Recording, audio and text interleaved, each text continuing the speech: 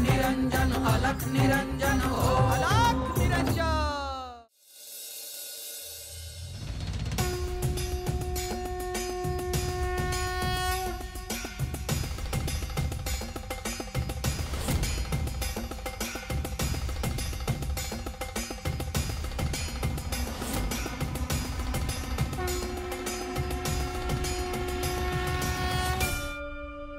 चरपटी, आपल्याला माझं नाव कसं माहिती? मी तुलाच भेटायला आलो आहे। क्षमा असावी, पण मी आपल्याला ओळखलं नाही। मी चंद्रदेव। चंद्रदेव, माझा आपल्याला प्रणाम। शुभम भवतु। चरपटी, मी जाणतो तू एका विशिष्ट कार्यासाठी चालला आहेस। त्या कार्यासाठी माझे तुला सहाय्य व्हावे यासाठी मी आलो आहे। सांग, तुला माझ्याकडून काय हवं आहे? आपण मला सहाय्यभूत होत आहे ही माझ्यासाठी मोठी गोष्ट आहे। जेव्हा जरांतक सोबत युद्ध होईल तेव्हा मला आपलं तेज प्रदान करावा।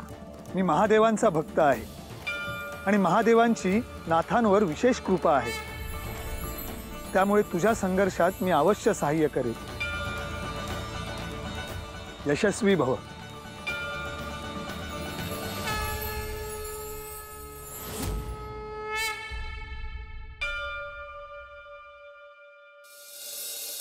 आता आपण मुंजीचा शेवटचा संस्कार म्हणजेच मेधाजननाची आपण पूजा करूयात। बटूने पाणी हातामध्ये घेऊन वृक्षाभोवती पाणी घालत 3 प्रदक्षिणा कराव्यात। ओम मेधां मह्यमंगीरसो मेधां सप्तर्षयो नदो मेधामिन्द्रश्चाग्निश्च मेधां दाता ददातु मे।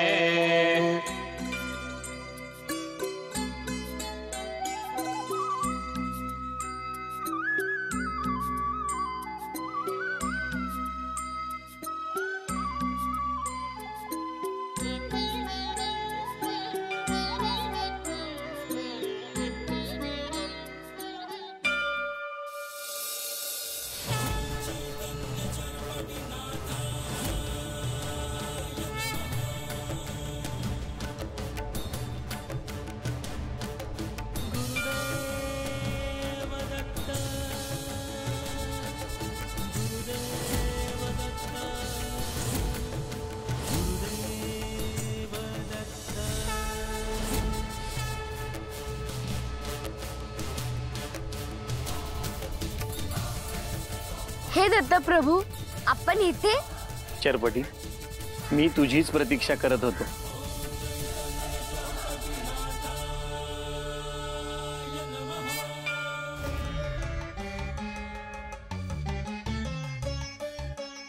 शुभम भवतु।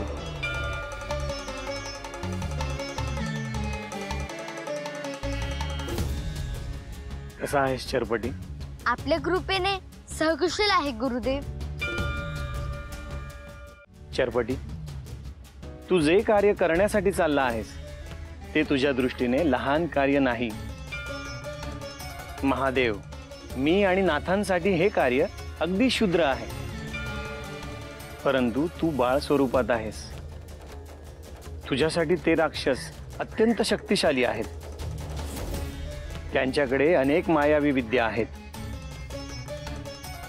आमचे आशीर्वाद कृपा तुझ्यावर आहेच। त्याच सोबत मी तुला एक असे शस्त्र देणार आहे ज्याचा वेळ प्रसंगी वापर करून तू तुझं रक्षण करू शकतो। गुरुदेव, ही माझ्यासाठी भाग्याची गोष्ट आहे। आपण मला कोणते शस्त्र देणार आहात? त्याआधी मी तुला एक सिद्ध मंत्र देतो। डोळे मीट।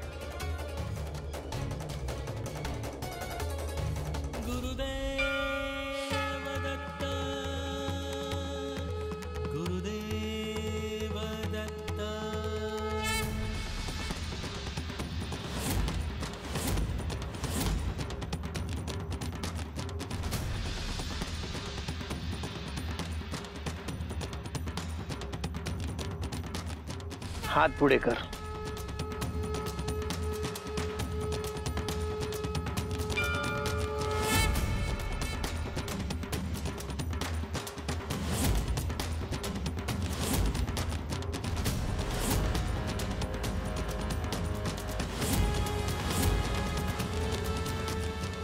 हा त्रिशूळ घेऊन तुला तुझ्या कार्यासाठी जायचं आहे. त्रिशूळ म्हणजे महादेवांची खूण आहे, नाथांचे शस्त्र आहे. हे महान अस्त्र आहे. हे त्रिशूळ तुझ्यासोबत असताना तुला कसलेही भय नाही. तुझ्याकडे किती शक्तिशाली अस्त्र आहे हे राक्षसांना समजणार नाही. याचा उपयोग करून तू त्यांचा अंत करू शकतोस.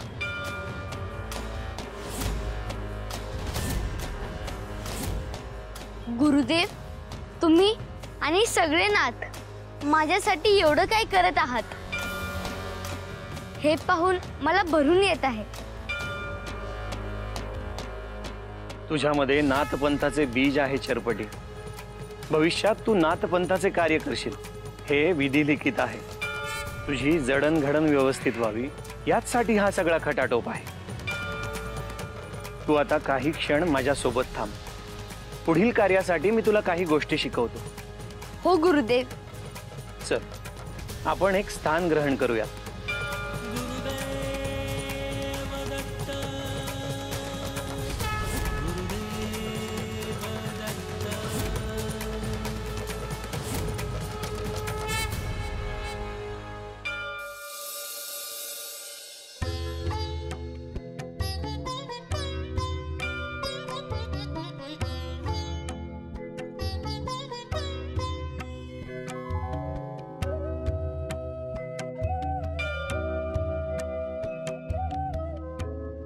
भाऊजी, जाऊबाई, आणखी काही दिवस तुम्ही थांबला असतात तर आम्हाला बरं वाटलं असतं.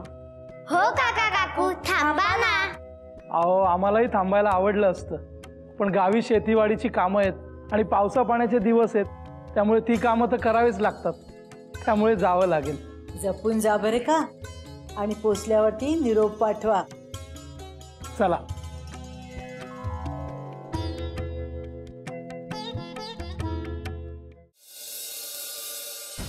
चरपटी, नाथपंथातील तू 9वा नाथ आहेस. मी आणि श्री महादेवांनी नवनाथ असण्याचं जे स्वप्न पाहिलं होतं ते पूर्ण होताना दिसतं आहे. आजवर तुला जे शिकवलं आहे त्यानुसार तू साधना केली आहेस.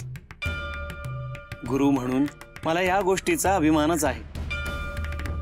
पण ही केवळ सुरुवात आहे. सिद्धत्वाच्या उंच शिखरावर तुला पोहोचायचं आहे.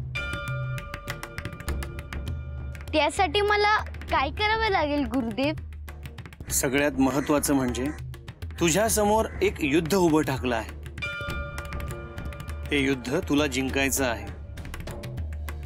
त्या राक्षसाचा अंत करून या भूमीला त्यांच्यापासून वाचवायचं आहे. आपल्या आशीर्वादाने मी अवश्य करू शकेन गुरुदेव. त्यानंतर तुला तुझ्या गावी जायचं आहे. ज्या माता पित्यांनी तुझं संगोपन केलं त्यांचे ऋण आभार मानून तुला खऱ्या अर्थाने संन्यस्त व्हायचे आहे. मला घर गाव सोडून आणखी कुठे जावं लागणार आहे? तुला या पृथ्वी तलावर अनेक ठिकाणी भ्रमण करायचं आहे. चारीधामांचं दर्शन घ्यायचं आहे. अनेक पवित्र तीर्थस्थळांवर जाऊन तिथली ऊर्जा घ्यायची आहे. मी ते अवश्य करेन गुरुदेव. पण आणखी काही दिवस मला घरच्यांसोबत राहता येईल का? घर, संसार, नातेवाईक ही सगळी मोहमाया आहे. त्याचा विचार करत राहशील तर तू त्यातच अडकशील. त्यापासून तुला दूर राहावं लागेल. मला ठाऊक आहे हे तुला कठीण जाणार आहे. तुझं संगोपन करणाऱ्या माता पित्यांसाठीही ते सोपं नसेल. पण त्यांच्याशी बोलून 4 चांगल्या गोष्टी सांगून तुला निघायचं आहे. श्री महादेवांच्या साक्षीने तुला तपश्चर्या करायची आहे. भविष्याच्या दृष्टीने ते अत्यंत आवश्यक आहे. जशी आज्ञा गुरुदेव. तुला लवकरच नाथपंथाची दीक्षा मिळेल. तुझ्या या दीक्षा सोहळ्याला मी स्वतः असणार आहे. मी ही त्या क्षणाची वाट पाहत आहे. चरपटी, आता तू प्रस्थान कर.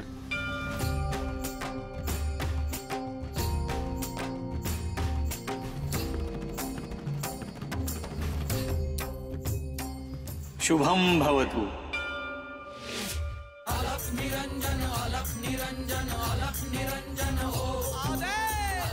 येतो गुरुदेव. माझे आशीर्वाद सदैव तुझ्या पाठीशी आहेत.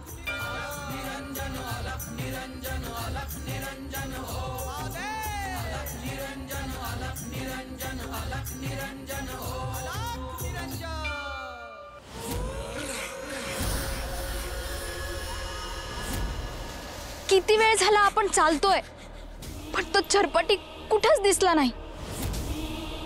आपण योग्य दिशेने चालतोय ना? हो, चरपटी त्याच्या गावाच्या दिशेनेच निघालाय. मग कुठं नाहीसा झाला तो? ते एवढं सपोर चालत चालत असं किती दूर जायला पाहिजे? मला वाटतंय आपण भटकलोय. तसं काही झालेलं नाहीये माली. चरपटी त्याच्या गावाच्या दिशेनेच निघालाय. जरांतक, असं तर नसेल ना की तो आपल्याला भ्रमात पाडतोय, आपल्याला चुकीचा मार्ग दाखवण्याचा प्रयत्न करतोय? नाही माली, ते शक्य नाही. या जरांतकच्या मनाला भ्रमात पडू शकेल अशी कोणतीच शक्ती अस्तित्वात नाही. आपण नाथांची शक्ती पाहिली आहे जरांतक. असं तर नसेल ना की नाथांनी चरपटीला अशी कुठली तरी विद्या शिकवली असेल? ते शक्य नाहीये. पण काही असलं तरी चरपटी आपल्या हातून सुटणार नाही. मग तुझ्या सिद्धीने बघ तो कुठे आहे ते.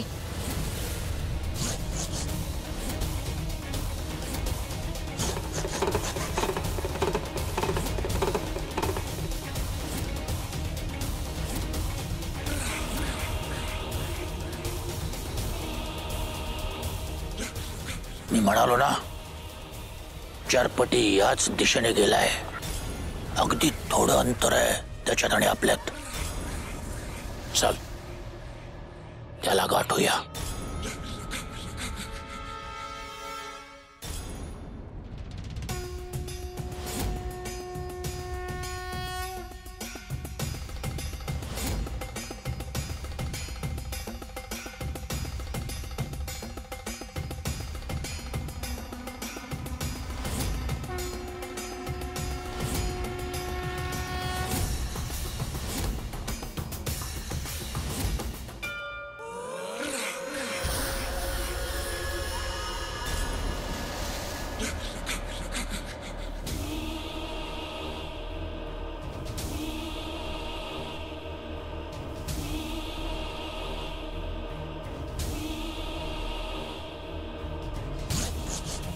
तू हे काय आखलेस जरांतक?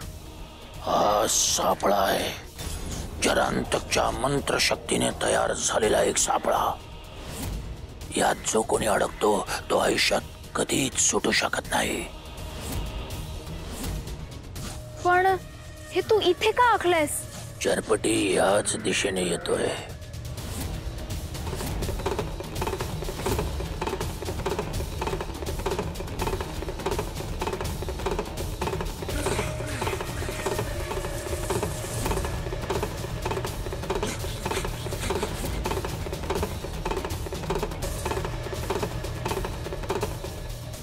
चरपटी एवढासा पोर, त्याच्याबरोबर युद्ध करून मी माझा स्वतःचा अपमान करून घेऊ इच्छित नाही. त्यामुळे युद्ध न करता त्याला इथेच अडकवून निघून जाणार. पण हे यंत्र तुम्हाला कधीच दाखवलं नाहीस आणि सांगितलं सुद्धा नाहीस. सगळ्याच गोष्टी आपल्या माणसांना सांगायच्या नसतात. काही हात जर राखून ठेवावं लागतं. आपल्या स्वतःसाठी स्वतःचे डाव असावे लागतात.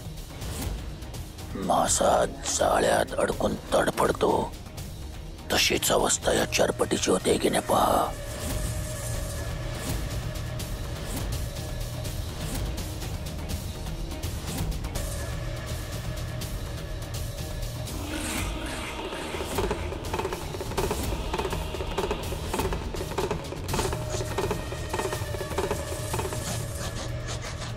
चरपटी जवळ येतोय. आपण त्याच्या नजरेस पडायला नको. चल.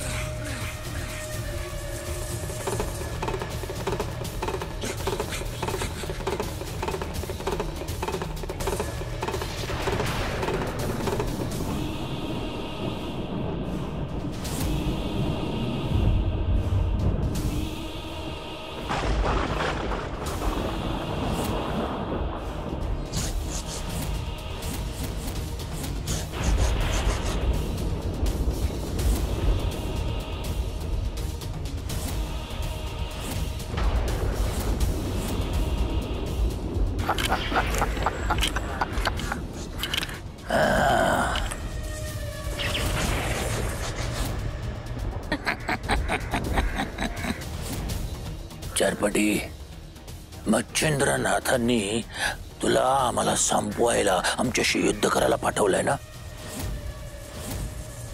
होय, आणि गुरुदेवांनी मला दिलेलं कार्य ते मी पूर्ण करणार. तुम्हा दोघांचा अंत जवळ आलाय. तू फार मोठ्या भ्रमात आहेस चरपटी. माझा आणि जरांतकचा सामना करणं एवढं सोपं नाही.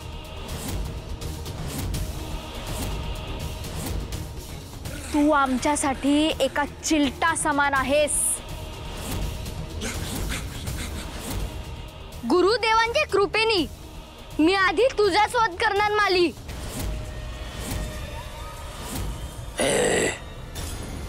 बंद कर तुझी बडबड. अरे, तू आमच्याशी युद्ध करण्याआधी या सापळ्यातून बाहेर तर येऊन दाखव. कित्येक वर्ष प्रयत्न करत राहिलास तरी तुझी यातून सुटका नाही. तू कुणाला दिसणार सुद्धा नाहीस आणि तुझा आवाज देखील कुणाला ऐकू येणार नाही. माली, तुला चरपटी दिसतोय? नाही, नाही दिसत आहे. आता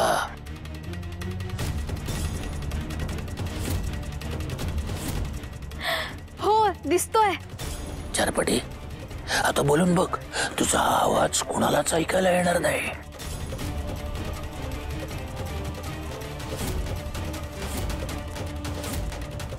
माली, तुला काही ऐकू आलं? नाही, काहीच ऐकू आलं नाही. चरपटी, आता तू या सापड्यात पूर्णपणे अडकलायस. कोणी आलं तरी तुला यातून सोडवू शकणार नाही.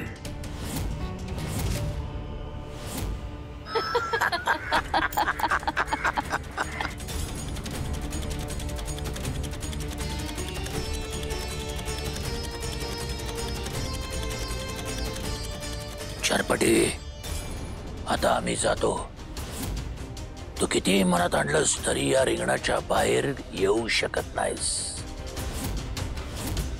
खऱ्या अर्थाने मी आता नाथांचा पराभव केलाय. तुझे नाथ, गुरुबंधू कोणीही तुला या रिंगणातनं वाचवू शकणार नाही. ते इथून जवळून निघून जातील, पण तू त्यांना दिसणार नाहीस. तुझा आवाज देखील त्यांच्या कानापर्यंत पोहोचू शकणार नाही.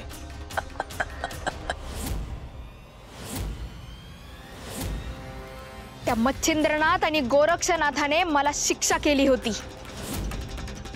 आता तुझ्या रूपाने त्याचा बदला पूर्ण होईल. तू ओरडशील, त्यांना मदतीसाठी बोलवशील, पण त्यांना कळणार देखील नाही तू कुठे आहेस. तुझा मृत्यू तर होणार नाही, पण या चक्रात रोज तू आपला मृत्यू पाहशील. चल माली.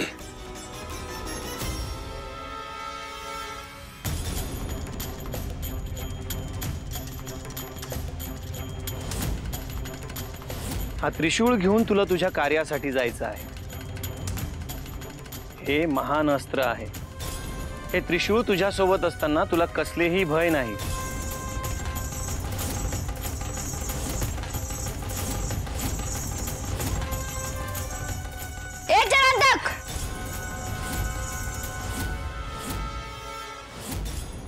चरपटी, तू कितीही विनवण्या केल्यास तरी मी आता काहीही ऐकणार नाही तुझं.